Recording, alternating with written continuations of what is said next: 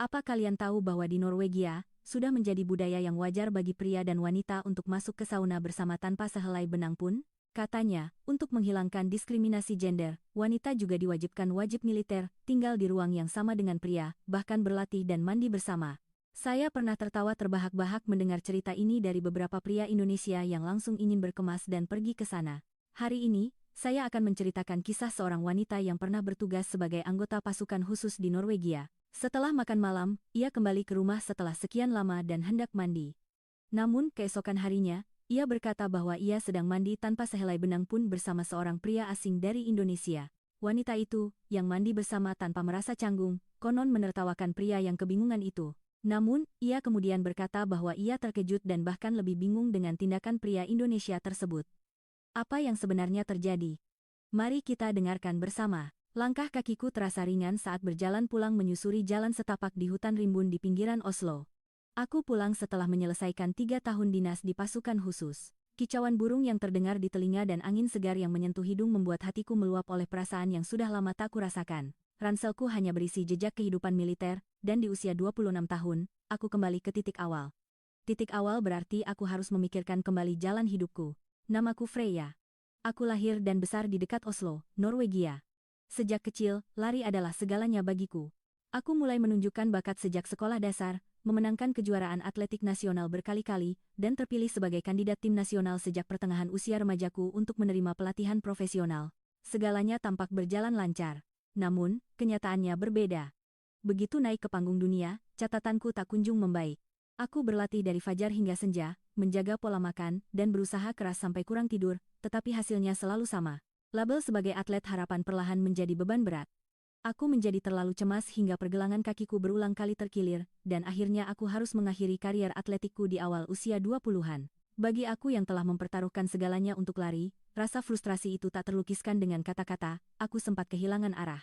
Saat itulah surat panggilan wajib militer tiba. Di Norwegia, sudah lama wanita menjadi subjek wajib militer. Dan satu kalimat dari ayahku mengubah hidupku. Freya, kalau memang harus pergi, kenapa tidak mencoba masuk pasukan khusus?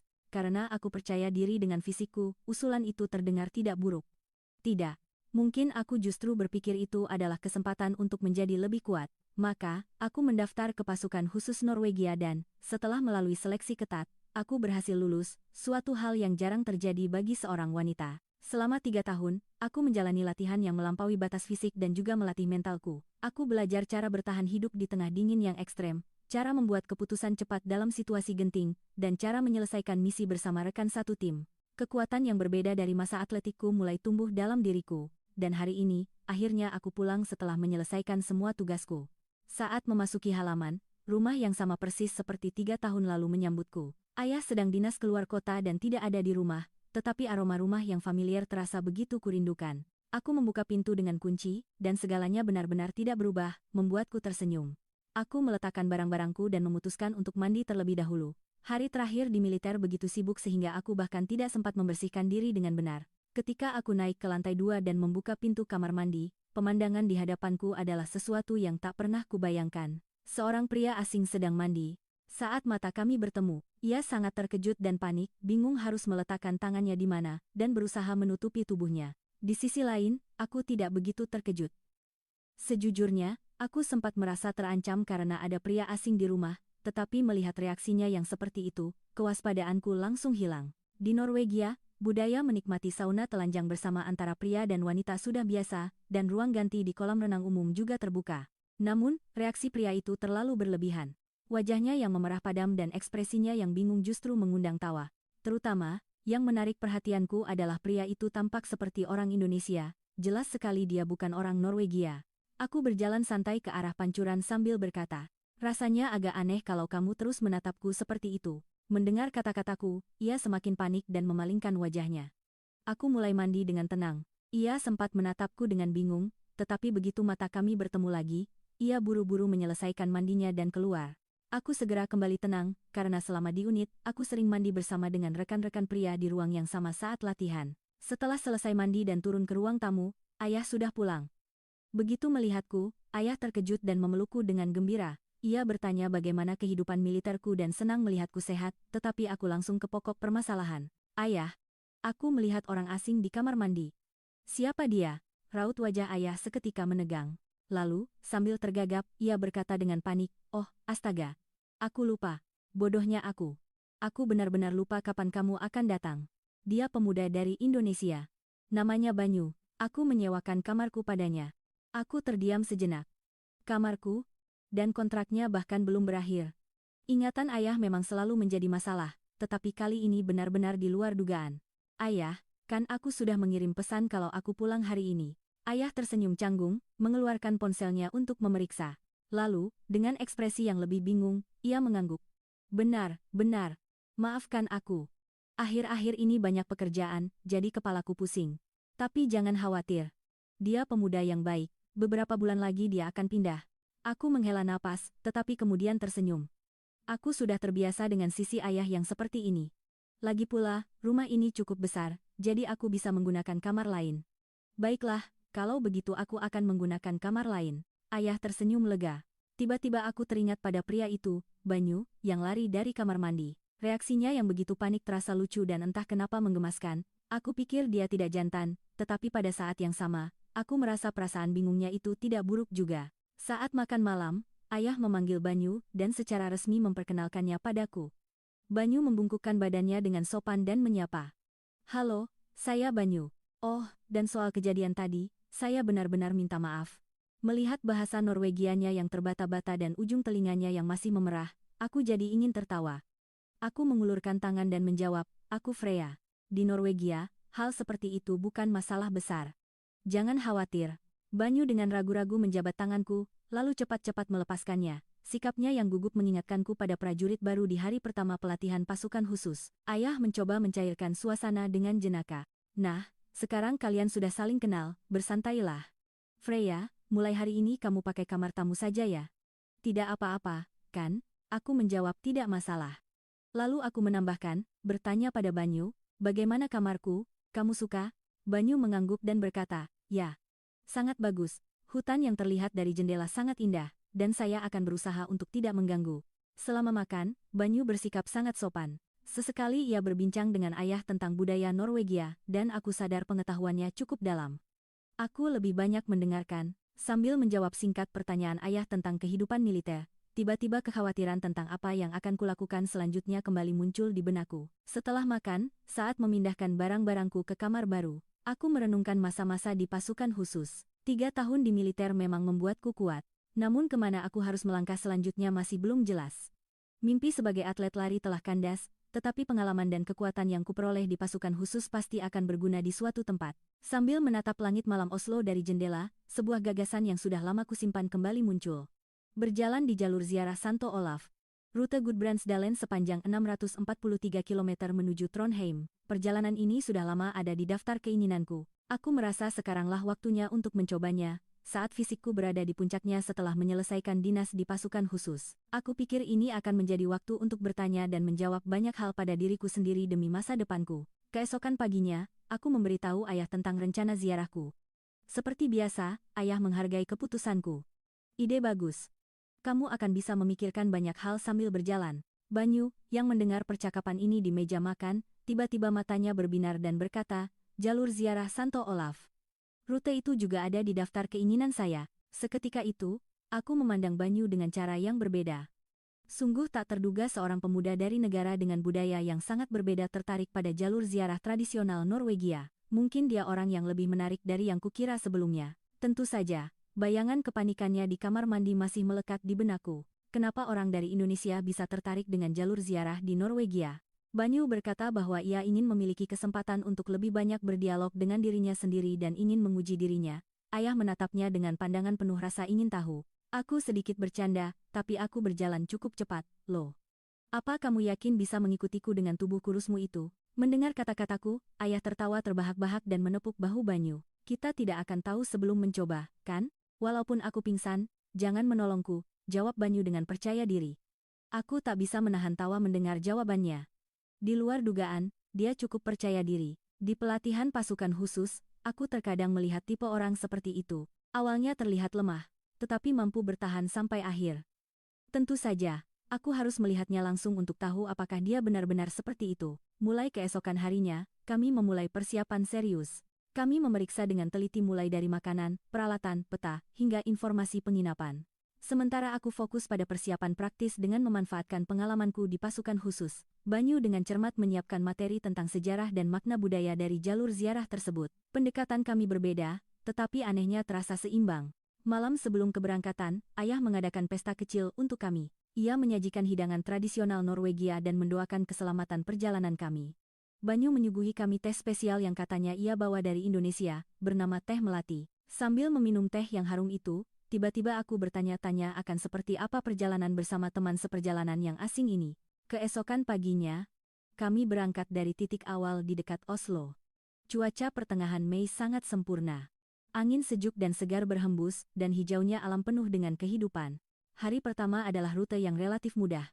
Kami berjalan sekitar 20 km, tetapi karena sebagian besar jalannya datar, kami tiba di penginapan pertama tanpa kesulitan berarti. Berkat fisik yang terlatih di militer, aku berjalan dengan santai. Sementara itu, Banyu, meskipun awalnya napasnya terlihat tidak teratur, ia terus mengikutiku. Namun yang mengejutkan, ia tidak pernah sekalipun meminta istirahat. Ia hanya sesekali minum air untuk mengatur napas sejenak, lalu terus berjalan dalam diam. Tekadnya terlihat lebih kuat dari yang kuduga. Penginapan pertama adalah sebuah wisma yang diubah dari rumah pertanian tua. Kami bisa menginap dengan murah dengan harga khusus untuk peziarah. Setelah makan malam, Banyu mengeluarkan laptopnya dan dengan tekun mencatat rute yang telah kami lalui hari itu dan apa saja yang ia lihat. Aku hanya menatap pemandangan di luar jendela sambil melamun. Gaya perjalanan kami yang berbeda sudah mulai terlihat. Mulai hari kedua, kesulitan yang sesungguhnya dimulai. Tanjakan curam dan medan terjal menanti kami. Selain itu, hujan tiba-tiba turun. Aku naik turun jalan setapak dengan cepat, tetapi Banyu mulai tertinggal. Akhirnya, ketika aku menunggunya, ia tersenyum dengan wajah penuh penyesalan. Sudah lama tidak berjalan jauh, jadi pengaturan ritmeku kurang baik. Tapi aku tidak akan menyerah. Entah kenapa kata-kata itu membuatku merasa senang. Akhirnya, kami tiba di penginapan kedua 2 jam lebih lambat dari rencana awal. Banyu basah kuyup dan terlihat lelah, tetapi ia tetap tidak melewatkan catatannya hari itu. Terasa lucu melihatnya mengetik dengan susah payah sambil mengeringkan laptopnya yang basah. Apa kamu harus mencatat seperti itu setiap hari? Bukankah cukup dengan merasakannya saja?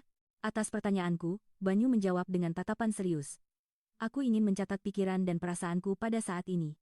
Aku ingat ada kejadian besar saat aku kecil, tetapi ketika aku melihat ke belakang sekarang, aku sadar ada banyak kenangan berharga yang terlupakan. Perasaan sesaat mudah sekali dilupakan. Kata-katanya membuatku berpikir.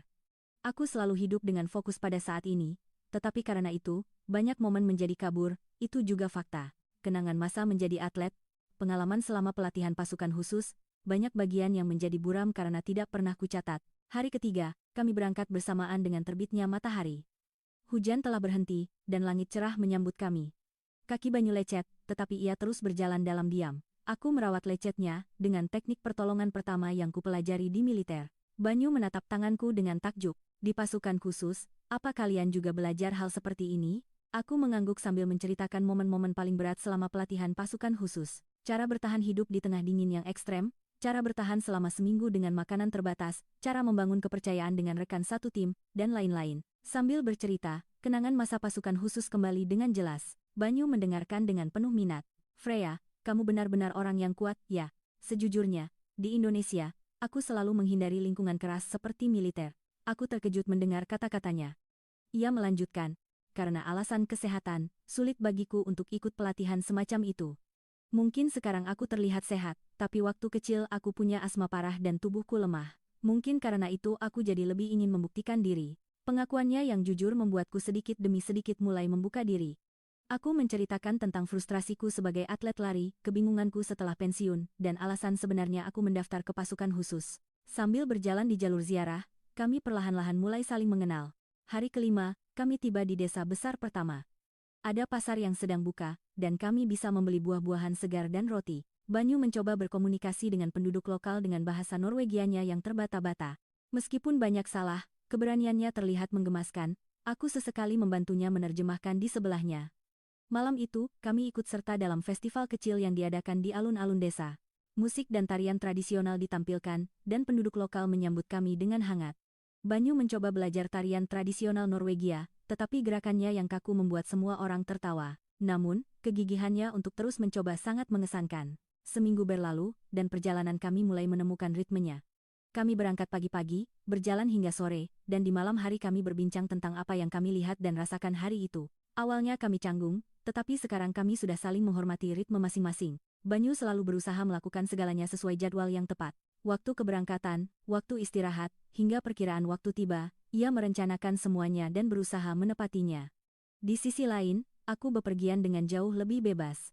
Jika ada bunga liar yang indah di pinggir jalan, aku akan berhenti untuk mengaguminya, atau mampir ke air terjun yang tiba-tiba muncul. Karena perbedaan ini, sesekali terjadi bentrokan.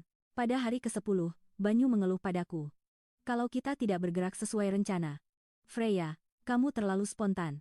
Hari ini saja kita tiba 2 jam lebih lambat dari jadwal, kan? Aku mengerti keluhannya, tetapi pada saat yang sama, aku menjelaskan caraku. Perjalanan tidak selalu berjalan sesuai rencana. Terkadang, justru saat tersesat kita bisa menemukan hal-hal baru. Malam itu, kami mendirikan tenda di dekat sebuah gereja tua. Bintang-bintang di langit malam bersinar sangat terang. Banyu duduk di sebelahku dan berkata pelan, "Sebenarnya, aku selalu hidup sesuai rencana. Tuntutan orang tua, tuntutan sekolah, tekanan sosial, aku selalu berusaha melakukan semuanya dengan sempurna. Makanya terkadang aku iri melihat orang sepertimu yang hidup bebas, Freya." Pengakuannya yang jujur membuatku juga membuka hati. Aku sebaliknya. Aku hidup tanpa rencana dan kehilangan arah. Setelah berhenti dari dunia atletik, aku benar-benar merasa kehilangan tujuan. Pasukan khusus pun aku pilih secara kebetulan. Dengan begitu, kami mulai memahami perbedaan satu sama lain. Memasuki hari ke-15 perjalanan, kami mulai belajar dari kelebihan masing-masing. Aku mulai menghargai perencanaan Banyu, dan Banyu perlahan-lahan mulai menerima kebebasanku. Perubahan yang paling menakjubkan adalah fisik Banyu. Dia yang awalnya kesulitan berjalan 20 km, kini mampu menempuh 30 km. Setiap pagi ia melakukan peregangan yang kuajarkan dan belajar cara menghemat tenaga dengan teknik berjalan yang benar. Kecepatan perkembangannya sungguh luar biasa. Pada hari ke-21 perjalanan, kami tiba di tepi sebuah danau kecil di Eidsvoll. Hari itu, matahari terbenam yang sangat indah terhampar di atas danau. Banyu mencoba mengabadikan pemandangan dengan kameranya, tetapi baterainya habis, dan ia tampak kecewa. Aku berkata padanya, "Terkadang, lebih baik merekamnya dengan mata tanpa kamera. Dengan begitu, itu akan benar-benar terukir di hati." Banyu berpikir sejenak, lalu menurunkan kameranya. Kami duduk berdampingan dan menikmati matahari terbenam. Tiba-tiba Banyu berkata, "Freya, aku sangat senang bisa melakukan perjalanan ini bersamamu. Kalau sendirian, mungkin aku akan melewatkan banyak hal." Entah kenapa, kata-kata itu membuat hatiku terasa hangat. Teman seperjalanan yang awalnya terasa merepotkan, kini berubah menjadi seseorang yang berharga. Keseriusannya, kegigihannya, dan kemauannya untuk belajar perlahan-lahan mulai terasa menarik. Malam itu, di dalam tenda, berbaring di kantong tidur masing-masing sambil menatap langit-langit yang memperlihatkan bintang, untuk pertama kalinya aku merasakan bahwa perasaanku pada Banyu lebih dari sekadar teman seperjalanan atau sahabat. Mendengarkan napasnya yang teratur, entah kenapa aku merasa tenang. Aku tidak tahu sejak kapan perasaan ini dimulai, tetapi yang pasti, aku tidak bisa menyangkalnya. Setelah melewati separuh perjalanan, kami menjadi pasangan yang sempurna, saling melengkapi kekurangan masing-masing. Sisa perjalanan di depan justru membuatku semakin bersemangat. Pada hari ke-21 ziarah, kami memasuki 100 km terakhir, cuacanya sempurna. Sinar matahari yang hangat menembus sela-sela pepohonan hutan, dan angin sepoi-sepoi yang sejuk mendinginkan keringat kami. Banyu kini telah menjadi seorang penjelajah yang berpengalaman. Cara berjalannya yang canggung di awal telah hilang, dan ia berjalan dengan penuh percaya diri. Mengamati perubahannya memberiku kegembiraan yang aneh. Hari itu, kami sedang melewati bagian terjal dari pegunungan Dovre. Setelah menanjak curam selama sekitar 2 jam, kami sampai di turunan. Kemiringannya curam, dan setiap langkah membutuhkan kehati-hatian. Aku menggunakan teknik turun gunung yang kupelajari dari pelatihan pasukan khusus dan turun dengan hati-hati. Aku juga sudah mengingatkan Banyu untuk berhati-hati. Banyak batu dan licin, jadi turunlah perlahan. Sesuai saranku, Banyu turun dengan hati-hati. Namun, saat aku lengah sejenak, sebuah batu di bawah kakiku menggelinding. Aku kehilangan keseimbangan dan pergelangan kaki kananku terkilir. Rasa sakit yang tiba-tiba membuatku tanpa sadar mengerang. Aduh! Banyu yang berjalan di belakangku dengan cepat berlari mendekat. Ia memeriksa kondisiku dan segera mulai memberikan pertolongan pertama. Ia mengeluarkan perban dari tasnya dan membalut pergelangan kakiku dengan kencang, lalu menempelkan botol air dingin di pergelangan kakiku untuk menahan bengkak. Gerakannya sangat cekatan, membuatku terkejut. Tidak apa-apa. Hanya terkilir sedikit. Meskipun aku bilang tidak apa-apa, saat aku mencoba berdiri, rasa sakit yang tajam menusuk pergelangan kakiku. Banyu memeriksa pergelangan kakiku dengan ekspresi serius. Jelas kondisinya lebih buruk dari sekadar terkilir biasa. Tapi kami berada di tengah jalur gunung yang sepi, dan desa berikutnya setidaknya berjarak 5 jam berjalan kaki. Kalau istirahat sebentar pasti akan baik-baik saja. Jangan buang-buang waktu. Banyu menggelengkan kepala tanpa kata. Kemudian, ia mengambil ranselku dan menumpuknya di atas ranselnya. Ranselnya sendiri sudah berat, ditambah dengan ranselku pasti menjadi sangat berat. Namun, ia tidak berkata apa-apa dan memanggul kedua ransel itu. Lalu ia mendekatiku dan berkata pelan, pegang bahuku dan berjalanlah perlahan. Jangan dipaksakan. Aku mencoba menolak, tetapi tatapannya yang tegas membuatku tidak bisa berkata apa-apa lagi. Maka, kami mulai menuruni gunung dengan perlahan. Setiap kali aku melangkah, rasa sakit menjalari pergelangan kakiku, tetapi aku berjalan dengan hati-hati sambil berpegangan pada bahu Banyu. Ia berjalan perlahan menyesuaikan dengan kecepatanku dan sesekali memeriksa kondisiku. Setelah berjalan seperti itu selama sekitar 2 jam, rasa sakit di pergelangan kakiku semakin parah. Keringat membasahi dahiku, dan napasku menjadi terengah-engah. Banyu menyadari kondisiku dan menyarankan untuk beristirahat sejenak. Sambil duduk di atas batu dan minum air, aku mengamati Banyu lekat-lekat. Meskipun memanggul 2 ransel, ia tidak mengeluh sama sekali, malah terus mengkhawatirkan kondisiku. Apa tidak berat? Atas pertanyaanku, Banyu tersenyum. Wajahnya menunjukkan kelelahan, tetapi senyumnya hangat. Seketika itu, dadaku terasa hangat. Pria ini bukan anggota pasukan khusus atau atlet, tetapi kekuatan yang ia tunjukkan saat ini lebih hebat dari siapapun yang pernah kulihat. Setelah beristirahat sejenak, kami mulai berjalan lagi. Matahari perlahan-lahan mulai terbenam, dan hutan berubah warna menjadi keemasan. Biasanya aku akan mengagumi pemandangan yang indah, tetapi, sekarang rasa sakit dan lelah membuatku tidak punya tenaga untuk itu. Banyu juga terlihat semakin lelah, tetapi ia terus berjalan maju dalam diam. Hei, Banyu, tinggalkan saja ranselku di sini. Nanti aku akan minta tolong seseorang untuk mengambilnya. Banyu dengan tegas menggelengkan kepala menanggapi saranku. Dan menjawab singkat, kita mulai bersama, jadi kita harus menyelesaikannya bersama. Satu kalimat itu membuatku terdiam.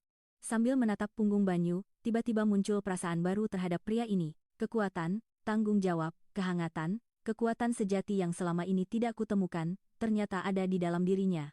Sebelum matahari benar-benar terbenam, kami berhasil tiba di sebuah desa kecil. Pemilik penginapan kecil di pintu masuk desa menyambut kami dengan ekspresi terkejut. Terutama ia tampak kaget melihat Banyu yang memanggul 2 ransel besar. Pemilik penginapan dengan cepat menyiapkan kamar untuk kami, dan setelah memeriksa pergelangan kakiku, ia membawakan peralatan untuk mengobatinya. Begitu masuk ke kamar penginapan, Banyu memeriksa kondisi pergelangan kakiku. Bengkaknya parah dan mulai membiru. Banyu mengompres pergelangan kakiku dengan handuk dingin dan dengan hati-hati mengoleskan salep herbal yang diberikan oleh pemilik penginapan. Gerakannya lembut dan teliti. Besok kita harus istirahat. Kalau dipaksakan, bisa jadi lebih parah, kata Banyu sambil merawat pergelangan kakiku. Aku setuju. Sejujurnya, rasa sakitnya lebih parah dari yang kukira, dan sepertinya aku tidak akan bisa berjalan dalam waktu dekat. Setelah selesai merawat pergelangan kakiku, Banyu pergi ke desa untuk mencari makan malam. Tak lama kemudian, ia kembali membawa sup hangat, roti, dan teh herbal lokal. Teh ini katanya bisa membantu meredakan nyeri. Perhatian Banyu membuat hatiku terasa hangat. Sambil makan, kami membicarakan kejadian hari itu. Banyu khawatir pergelangan kakiku harus cepat sembuh, tetapi aku memikirkan hal lain. Banyu, terima kasih banyak untuk hari ini. Kamu memanggul 2 ransel dan berjalan di jalan terjal itu. Tapi tidak sekalipun menunjukkan wajah tidak suka. Banyu tersenyum malu. Lalu ia berkata pelan, sebenarnya, kalau sedang banyak pikiran, aku biasa berjalan jauh tanpa tujuan. Kalau badan lelah, kepala jadi lebih jernih. Sekarang, karena aku membuat badanku lelah demi seseorang, rasanya jadi lebih jernih lagi. Kata-kata itu membuat jantungku berdebar. Selama di pasukan khusus, aku berlatih bersama banyak pria, tetapi aku tidak pernah merasakan perasaan seperti ini. Kata-kata tulus Banyu sepertinya telah sepenuhnya membuka hatiku. Keesokan harinya, kami beristirahat seharian sesuai rencana. Banyu membawa dokter desa pagi-pagi sekali. Setelah memeriksa pergelangan kakiku, dokter berkata bahwa cederanya tidak serius tetapi membutuhkan istirahat beberapa hari. Kami memutuskan untuk tinggal 2 hari lagi di desa itu. Selama masa istirahat, Banyu tidak pernah meninggalkanku. Ia berjalan-jalan di desa, membawakan cerita menarik dan makanan, dan kami menghabiskan waktu bersama. Kami jadi lebih banyak berbincang dari sebelumnya. Banyu bercerita tentang kehidupannya di Indonesia, keluarganya, dan mimpinya, dan aku pun berbagi pemikiranku tentang masa lalu dan masa depanku. Pada hari ketiga, kondisi pergelangan kakiku sudah jauh lebih baik. Dokter berkata aku boleh berjalan dengan hati-hati. Banyu masih bersikeras untuk membawa ranselku, tetapi aku hanya mengurangi separuh isinya agar lebih ringan dan membawanya sendiri. Kami mulai berjalan kembali di jalur ziarah dengan perlahan. Karena cedera pergelangan kaki, kami berjalan dengan kecepatan yang lebih lambat dari sebelumnya, dan berkat itu kami bisa mengamati pemandangan sekitar dengan lebih detail. Banyu selalu di sisiku, memeriksa kondisiku, dan beristirahat saat diperlukan. Perhatiannya terasa begitu hangat. Saat memasuki 50 km terakhir, kami telah menjadi sosok yang tak terpisahkan satu sama lain. Saat bangun pagi, hal pertama yang kucari adalah wajah Banyu. Dan kehadirannya menjadi penyemangat hatiku sepanjang hari berjalan. Aku mengerti dengan jelas bahwa perasaan ini telah melampaui persahabatan biasa. Pada hari terakhir jalur ziarah, kami tiba di sebuah bukit yang menghadap ke Trondheim. Pemandangan kota yang terhampar di kejauhan sungguh megah. Fakta bahwa perjalanan panjang 643 km ini akan segera berakhir masih belum terasa nyata. Kami duduk di puncak bukit dan memandangi matahari terbenam. Aku tidak menyangka waktu 31 hari berlalu secepat ini, ya. Aku setuju dengan perkataan Banyu. Kecanggungan saat pertama kali bertemu telah hilang entah kemana, dan sekarang kami telah menjadi hubungan di mana kami bisa saling mengerti tanpa perlu berkata-kata. Banyu dengan lembut menggenggam tanganku. Tangannya terasa hangat. Freya, apa ada rute kencan sepanjang ini? Rasanya, hanya berjalan bersamamu adalah hal yang paling menyenangkan. Kata-kata itu sepenuhnya meluluhkan hatiku. Perasaan yang selama ini kutahan meluap seketika. Sambil menatap mata Banyu, aku yakin bahwa ia telah menjadi orang yang istimewa dalam hidupku. Setelah matahari terbenam sepenuhnya, kami melangkah menuju bagian terakhir. Sambil berjalan menuju Katedral Nidaros di Trondheim, aku sadar bahwa hadiah terbesar yang diberikan perjalanan ini padaku adalah Banyu. Ziarah yang kumulai hanya untuk mencari jalan dan arah hidup ternyata membawaku pada cinta yang tak terduga. Saat tiba di katedral, kami saling menatap dan tersenyum cerah. Di akhir perjalanan panjang, kami bergandengan tangan dalam diam. Tak perlu ada kata-kata. Pada saat itu, aku yakin akan masa depanku dan kemana hatiku berlabuh. Yaitu, jalan yang akan kulalui bersama Banyu. Kami mengambil foto kenang-kenangan di depan katedral dan menerima sertifikat peziarah kami. Banyu menyimpan sertifikat itu dengan hati-hati di dalam tasnya sambil berkata, ini baru permulaan dari cerita kita.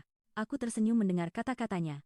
Dengan begitu, jalur ziarah kami telah berakhir, tetapi perjalanan baru kami baru saja dimulai. Setelah jalur ziarah berakhir, Banyu dan aku menghabiskan 1 bulan lagi di Norwegia. Sambil menunggu pergelangan kakiku pulih sepenuhnya, kami berkeliling di sekitar Oslo.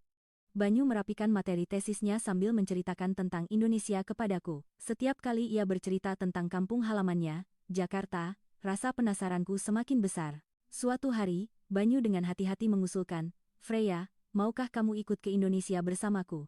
Aku harus menyelesaikan tesisku, dan kupikir kamu juga bisa mendapatkan pengalaman baru. Usulannya memang tiba-tiba, tetapi di dalam hatiku, aku sudah ingin bersamanya. Jadi, tanpa banyak pertimbangan, aku menerimanya. Ayah menghormati keputusanku, tetapi ia tidak bisa menyembunyikan rasa khawatirnya. Akhirnya, aku meninggalkan Norwegia dan naik pesawat menuju Indonesia bersama Banyu. Saat tiba di Bandara Soekarno-Hatta, aku merasa seperti datang ke dunia yang sama sekali berbeda. Bandara yang penuh sesak, orang-orang yang bergerak cepat, bahasa dan budaya yang asing, semuanya terasa baru dan aneh. Banyu menggenggam tanganku erat-erat dan menenangkanku. Pelan-pelan saja membiasakan diri. Aku akan membantumu. Tiba di Jakarta, kami membongkar barang bawaan di apartemen studio Banyu. Ruangannya kecil tetapi nyaman. Pemandangan malam Jakarta yang terlihat dari jendela sangat berbeda dari Oslo. Gedung-gedung tinggi yang menghiasi langit malam sungguh memukau. Sejak hari itu, aku mulai beradaptasi dengan kehidupan di Indonesia. Bulan pertama benar-benar sulit. Kendala bahasa, makanan, perbedaan budaya, semuanya terasa asing. Namun, Banyu selalu ada di sisiku untuk membantu. Mulai dari bahasa Indonesia dasar, cara menggunakan transportasi umum, hingga cara memesan makanan di restoran, ia mengajariku satu persatu. Seperti di jalur ziarah di Norwegia, di sini pun kami berjalan di jalan yang baru bersama-sama. Sekitar 2 bulan setelah datang ke Indonesia, aku mulai memikirkan tentang jalan hidupku. Rasanya sayang jika hanya tinggal sebagai turis. Banyu telah kembali ke Universitas Pascasarjana untuk menyelesaikan tesisnya, tetapi aku masih belum punya tujuan. Suatu hari, Banyu mengusulkan untuk berlari di taman sekitar Kompleks Gelora Bung Karno. Ia minta diajari cara berlari. Sudah lama tidak berlari, kenangan masa menjadi atlet kembali muncul. Tubuhku terasa kaku, tetapi perasaan itu masih tersisa dalam diriku. Sambil berlari di sekitar stadion, tiba-tiba aku sadar, mimpi sebagai atlet lari memang sudah berakhir, tetapi pengalaman dan pengetahuanku masih menjadi asetku. Saat mengajari Banyu cara berlari dan melihat posturnya perlahan membaik, kegembiraan saat itu terasa sangat berbeda dari sebelumnya. Maka, malam itu aku mengutarakan ide ini kepada Banyu. Bagaimana kalau aku mencoba pekerjaan mengajar pengalaman lariku kepada orang lain? Mata Banyu berbinar. Ia bangkit dari kursinya dan mengambil laptopnya.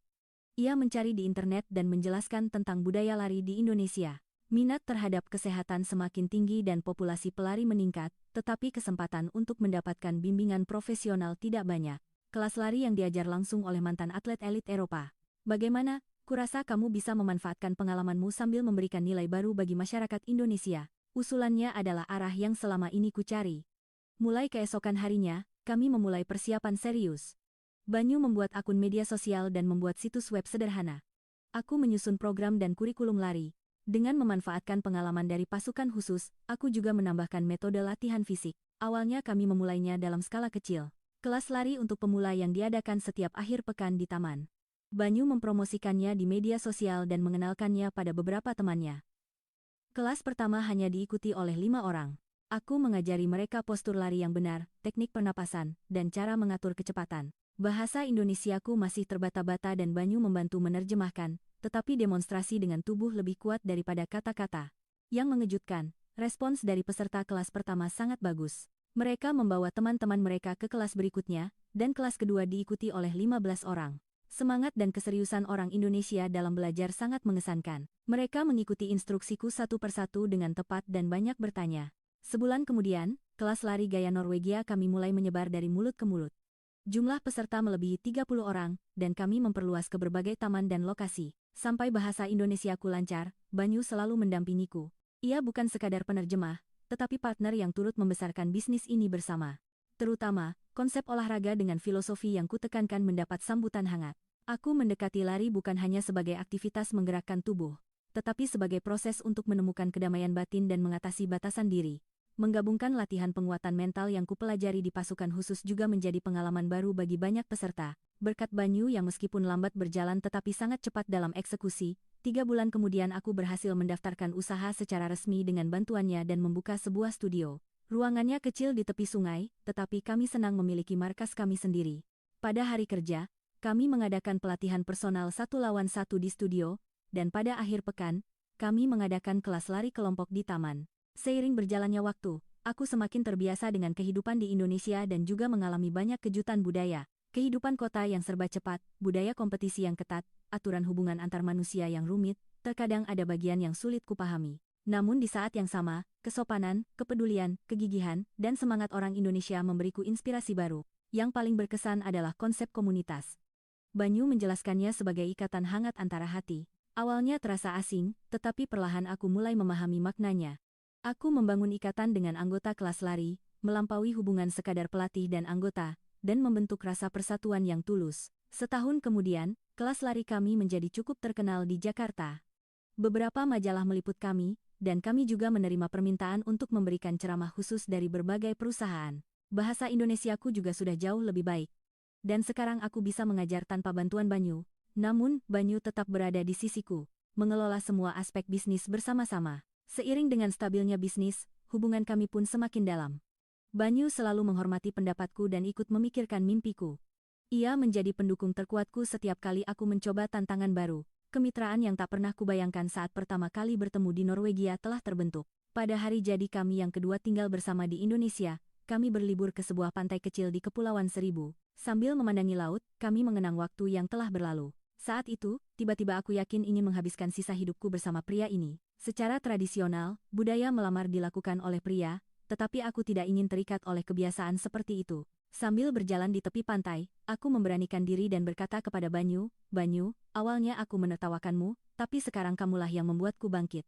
Sekarang giliranku untuk mendukungmu, maukah kamu menikah denganku?" Air mata menggenang di mata Banyu. Tanpa berkata apa-apa, ia memelukku erat-erat, lalu ia mengeluarkan sebuah kotak kecil dari sakunya. Yang mengejutkan, di dalamnya ada sebuah cincin pertunangan. Kupikir aku yang pertama kali melihatmu telanjang, ternyata kamu juga yang melamarku lebih dulu. Ya, kami saling menatap dan tertawa. Dengan begitu, kami bertunangan. Pernikahan kami diadakan secara sederhana. Ayah datang dari Norwegia dan kami menghabiskan waktu yang hangat bersama keluarga Banyu. Meskipun kami berasal dari budaya yang berbeda, bahasa cinta tetap sama. Setelah menikah, kami mengembangkan bisnis kami lebih jauh. Dengan nama Akademi Lari, kami mengembangkan program pendidikan formal dan membuka beberapa cabang. Aku tidak hanya mengajar lari biasa, tetapi juga memulai program pelatihan khusus bagi anggota yang ingin menantang diri dalam maraton, lari lintas alam, dan bahkan ultramaraton. Yang menakjubkan adalah, aku baru sekarang menemukan kegembiraan berlari yang tidak kurasakan saat menjadi atlet. Tanpa terobsesi dengan rekor atau medali, aku mulai menikmati proses berlari itu sendiri. Aku menyampaikan filosofi ini kepada para anggota, dan banyak orang menemukan keseimbangan hidup melalui lari. Memasuki tahun ketiga pernikahan kami membeli sebuah rumah kecil di pinggiran Jakarta. Ada halaman dan kami juga memasang fasilitas olahraga sederhana. Berlari bersama setiap pagi dan meluangkan waktu untuk merenungkan hari di malam hari telah menjadi rutinitas kami. Meskipun kami berasal dari budaya yang berbeda, kami menciptakan budaya baru bersama-sama. Mungkin tidak bisa dipercaya, tetapi kami masih mandi bersama 3 kali seminggu. Ini sebagai cara agar kami tidak melupakan awal mula kami, sambil tertawa mengenang momen canggung saat pertama kali bertemu. Banyu tidak lagi memerah, tetapi terkadang ia masih tidak bisa menatap mataku secara langsung. Kepolosan seperti itulah salah satu alasan aku mencintainya. Akademi lari kami kini telah melampaui sekadar bisnis dan menjadi sebuah komunitas. Tempat di mana orang-orang dari berbagai latar belakang berkumpul, berlari bersama, berbagi cerita, dan tumbuh bersama. Terkadang, Banyu dan aku menceritakan kisah kami kepada para anggota. Dari pertemuan pertama di kamar mandi Norwegia, jalur ziarah Santo Olaf, hingga awal yang baru di Indonesia. Minggu lalu, ayahku datang lagi ke Indonesia. Ia melihat komunitas yang kami bangun dan merasa bangga. Dan seperti biasa, dengan nada jenaka ia berkata, "Untung sekali waktu itu aku menyewakan kamarku, ya." Kami semua tertawa. Terkadang, peristiwa terindah dalam hidup datang tanpa direncanakan. Banyu dan aku sekarang tahu alasan kami berlari bersama, bukan untuk sampai ke tujuan dengan cepat, tetapi untuk menikmati proses berjalan bersama. Cinta kami yang dimulai dari pertemuan telanjang, melewati jalur ziarah 643 km, kini berlanjut menjadi perjalanan seumur hidup. Aku sekarang mengerti. Cinta sejati adalah proses saling memahami kelemahan satu sama lain dan tumbuh bersama. Dan kekuatan sejati bukanlah kekuatan fisik, melainkan datang dari keberanian untuk mengorbankan diri demi orang lain.